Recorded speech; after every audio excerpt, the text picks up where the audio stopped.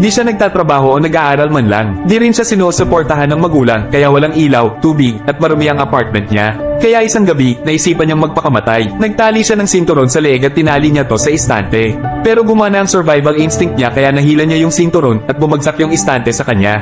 Nang mapahiga siya dahil sa sakit, napansin niyang may sinag ng liwanag sa tabi niya. Nabutas pala yung dingding dahil sa natanggal na istante. At ito na ang magpapabago sa buhay niya. Dahil nang sumilip siya sa butas na konektado sa kabilang kwarto, ay nakita niya ang isang magandang babae, si Ryo Miyachi. Kaya mula noon, lagi niya na tong sinisilip. Sa palagay niya ay estudyante si Miyachi pero walang dumadalaw dito. Kaya naisip niyang baka wala tong kaibigan. Pero isang tanghali, di niya makita si Miyachi sa butas. Kaya lumabas siya sa kwarto niya at nakinig siya at sumilip sa mail slot ng pinto ni Miyachi. Pero natigilan siya nang mapansin niyang may nakakakita sa kanya. At ito ay si Haruko Kawasaki na bumibisita sa kanyang kapatid na nakatira sa ilalim ng kwarto ni Kuroso. Pero nang di sumasagot ang kapatid niya ay nag-iwan na lang siya ng pagkain sa pinto at agad na din siyang umalis. Kaya sinamantala naman tong kunin ni Kuroso dahil ilang araw na din siyang di kumakain. Pero natigilan siya sa pagkain dahil nakatingin pala si Miyachi na nakangiti. Nagpakilala si Miyachi sa kanya at inimbitahan siya nitong kumain sa kwarto dahil mas masarap daw kumain pag may kasama. Kaya magkasama nilang pinagsaluhan ng mga pagkain at masayang bumalik si Kuroso sa kwarto niya dahil inaya pa siya nitong kumain ulit next time. Palagi na siyang nagdadala ng pagkain kay Miyachi at lagi niya siyang sinisilip sa butas. At isang araw, naisipan niya tanungin si Miyachi kung bakit nakikisama to sa katulad niya. Sagot naman ni Miyachi sa kanya parang may nararamdaman daw siyang koneksyon sa kanilang dalawa. Kinilig naman si Kuroso sa narinig kaya pagbalik niya sa kwarto, tinakpan niya na yung butas sa dingding. Pero tinanggal niya din to nang may marinig siya sa kalagitnaan ng gabi. Nakita niyang nakakapote si Miyachi at may hawak na cutter at may kasama siyang lalaki. Niyakap ng lalaki si Miyachi pero mabilis tong kinarati ni Miyachi at pinatay. Matapos ay ngumiti si Miyachi. Naguguluhan si Kuroso sa nakita niya dahil natabingan ng aklat yung butas habang nakatingin siya. Kaya di niya masiguro kung totoo ba yung nakita niya. At noon din ay may dumating na van sa tapat nila at biglang may kumatok sa pinto. Si Miyachi na parang walang nangyari at inaya pa siya nitong kumain sa kwarto niya. Sabi ni Miyachi kapag kasama niya daw si Kuroso pakiramdam niya daw ay normal siya. Matapos nito ay inalis ni Kuroso yung nakaharang na aklat at nakita niyang malinis yung kwarto ni Miyachi kaya naisip niyang baka na malikmata lang siya. Pero napansin niyang parang may kausap si Miyachi kaya sumilip siya sa pinto para makita kung sino yon. Si Reina Enmeiji pala na mukhang misteryosa at sabi ay nakikita daw nito ang ginagawa niya at alam din nito ang pangalan niya. Kinabukasan, tinawag siya ni Miyachi at inaya ulit siya nitong kumain. Kaya natuwa na naman si Kuroso at kumbinsido na siyang malikmata lang yung mga nakita niyang patayan. Pero di niya pa rin maiwasang maisip ito. Kinagabihan, habang naghihintay kay Miyachi, may narinig na naman siya kaya sumilip siya sa butas. Pinapatay ni Miyachi ang isang lalaking may tato at gumiti na naman siya pagkatapos. Siguradong totoo na to kaya napasigaw siya sa takot. Kaya napansin siya ni Miyachi at sinaksak nito yung butas at sinilip siya nito kaya lalo siyang natakot at mabilis siyang tumakbo palabas at hinabol naman siya ni Miyachi na may dalang cutter. Pero nang umakyat siya sa rooftop ng isang building ay di inaasahang na corner siya ni Miyachi. Inamin niyang dati niya pa alam na killer si Miyachi. Nahiwagaan naman si Miyachi sa kanya dahil bakit daw sumasama pa rin siya. Paliwanag ni Kuroso, nagtangka na siyang magpakamatay pero di inaasahan nagkagusto daw siya kay Miyachi. At mas masarap daw na mahalin siya kaysa mamatay. Lumuhad si Kuroso at naghihintay na patayin siya ni Miyachi.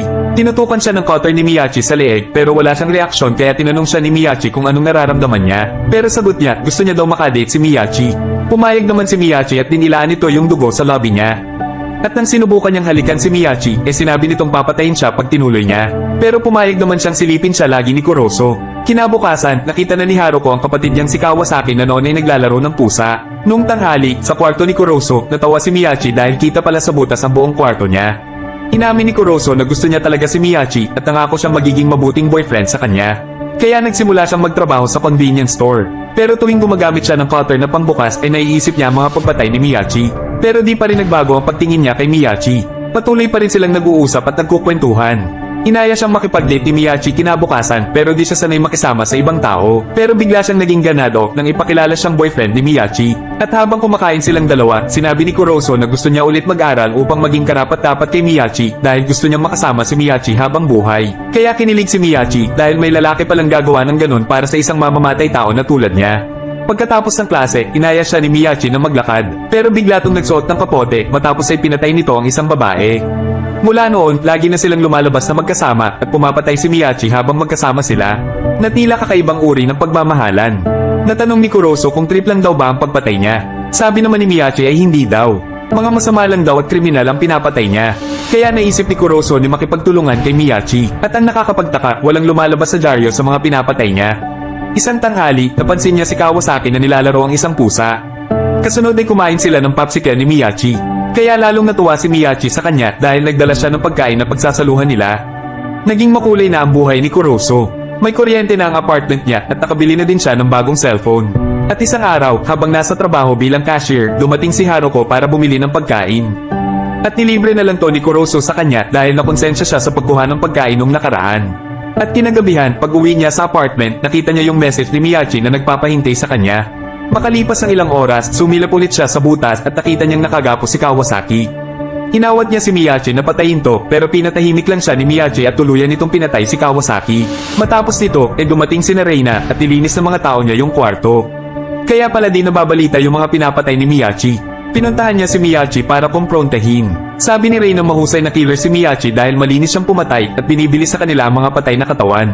Pero di pa rin malinaw kung bakit niya pinatay si Kawasaki kaya dinala siya ni Reina sa apartment nito. At doon ay natuklasan niya ang lihim ni Kawasaki. Tino-torture pala nito ang mga nakukuhang pusa. Kinabukasan, pumatok si Miyachi pero di niya to pinansin.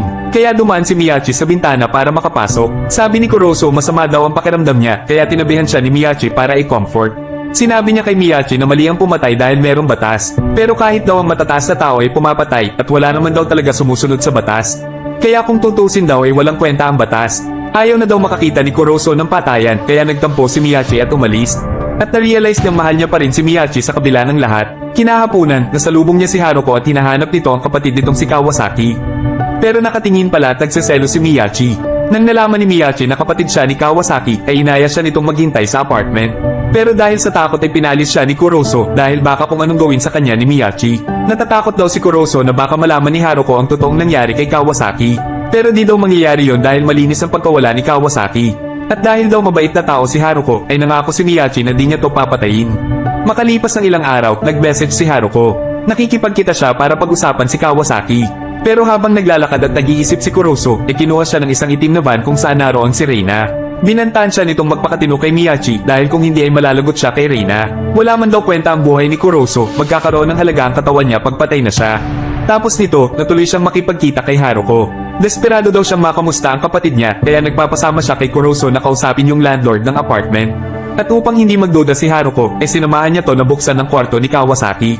Pero pagpasok ay nagulat siya sa ganda ng loob dito dahil nilinis na to ni Reina at inalis yung mga gamit na pang-torture ng pusa. Nandun din yung peking ticket ng eroplano para palabasing ng ibang bansa lang si Kawasaki.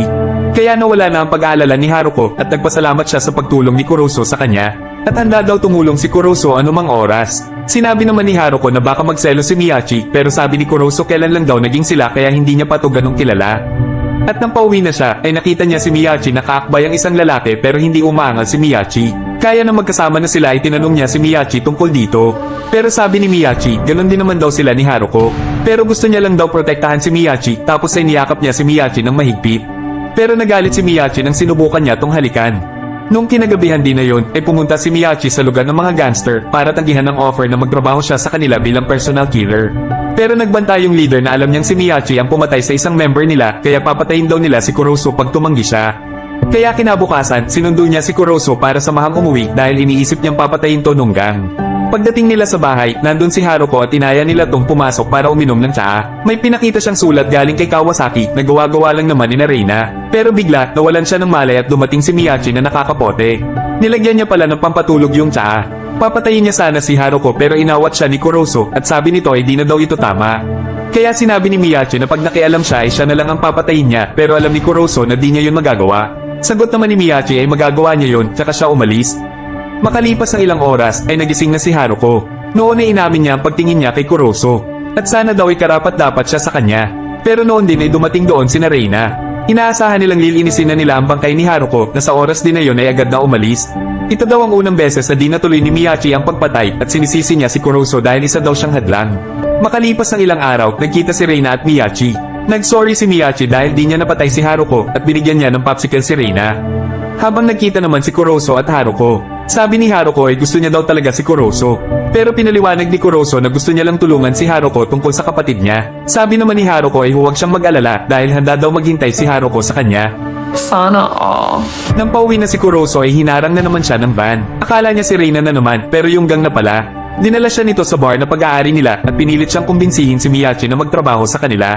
At nang tumanggi si Kuroso, ay pinagbantaan nila siya at hiniwan nila ang pisngi niya.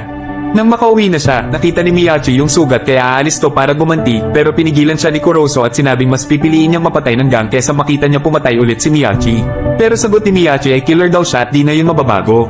Pakiramdam niya di siya kumpleto pag di nakakapatay. Pero sabi ni Kuroso di niya pinatay si Haruko, ibig sabihin kaya niyang magbago kung gugustuhin niya. Sabi ni Kuroso ay mahal niya daw si Miyachi pero iniisip ni Miyachi na di kayang tanggapin ni Kuroso kung sino siya. At wala daw magandang kinabukasan para sa kanila kaya umalis si Miyachi habang may luha sa mga mata. Habang nasa trabaho si Kuroso ay pinuntahan siya ni Reina para bumili ng popsicle at sinabing may ipapalinis daw na bangkay si Miyachi. Pero ayaw pa rin ni Kuroso na pumatay si Miyachi. Kinagabihan, nakarinig siya ng ingay sa kwarto ni Miyachi kaya sumilip siya sa butas. Nakita niyang may pinatay ulit si Miyachi pero sa pagkakataon na to, imbes na ngumiti ay umiyak siya. Kaya naisip niyang hindi gustong patayin ni Miyachi ang biktima niya kundi inutos lang nung gang. Kaya agad siyang tumakbo palabas at pumunta siya doon sa gang. Sinabihan niya silang tigilang utusan si Miyachi na pumatay pero walang nakinig sa kanya kaya inatake niya sila gamit ang cutter. Pero di naman siya marunong makipag-away kaya natalo siya at tinulpi habang nakahiga. Nilapitan siya nung leader para hiwain ang leeg niya na tulad ng ginagawang pagpatay ni Miyachi. Pero biglang namatay ang ilaw at may naghagis ng tear gas. Habang nawala ng malay yung ibang gangster ay pumasok si Miyachi na nakakapote. At nagulat siya dahil nandun si Kuroso. At nang nakita niya yung mga sugat ni Kuroso ay lalo siyang nagalit kaya gumamit siya ng dalawang cutter. At walang alinlangan niyang pinatay yung mga gangster. Lumaban yung mga gangster sa kanya pero mahusay makipaglaban si Miyachi. Nagawang alisin ng leader yung hawak niyang cutter pero dahil sa mabilis at mahusay na paggalaw ay napatay niya yung leader gamit ang sarili nitong espada at hiniwan niya pa sa leeg. Tapos ay pinaupo niya si Kuroso sa sofa at pinaliwanag niyang yung huling pinatay niya pala ay member ng gang. At kaya di siya nung ngumiti ay dahil pakiramdam niya ay di na siya masaya sa ginagawa niya. Pero di daw ibig sabihin nun ay di na siya papatay. Sinabi ni Kuroso na mahal niya si Miyachi at sinabi ni Miyachi na mahal niya din si Kuroso. Kaya sa wakas ay naghalikan na sila pero sinaksak na pala siya ng cutter ni Miyachi. Matagal niya na daw gustong pumatay ng taong mahal niya at ngayon alam niya nang di pala to maganda sa pakiramdam. Kaya natuwa naman si Kuroso sa sinabi niya. At bago mawala ng malay ay narinig niyang nag-I love you sa kanya si Miyachi. Makalipas ang ilang linggo ay may dalang sweet case si Miyachi habang nakasunod sa kanya si Kuroso nang nakasaklay. At sabi ni Reina kay Kuroso, hindi porket alis na sila ni Miyachi ay di niya na sila mamanmanan. Habang palis, sabi ni Miyachi ay di na siya papatay pero darating ang oras na papatayin niya si Kuroso. Pumayag si Kuroso dahil para daw sa kanya ang buhay niya. At biglang naalala ni Miyachi na di pa pala nila alam ang totoong pangalan ng isa't isa kaya nagpakilala silang dalawa sa isa't isa. Please support Clipbuster Film at kung nagustuhan nyo ang video recap ko ay follow muna ako sa found page ko at sa YouTube naman ay subscribe muna at abangan nyo pa ang mga bago kong ilalabas. Salamat!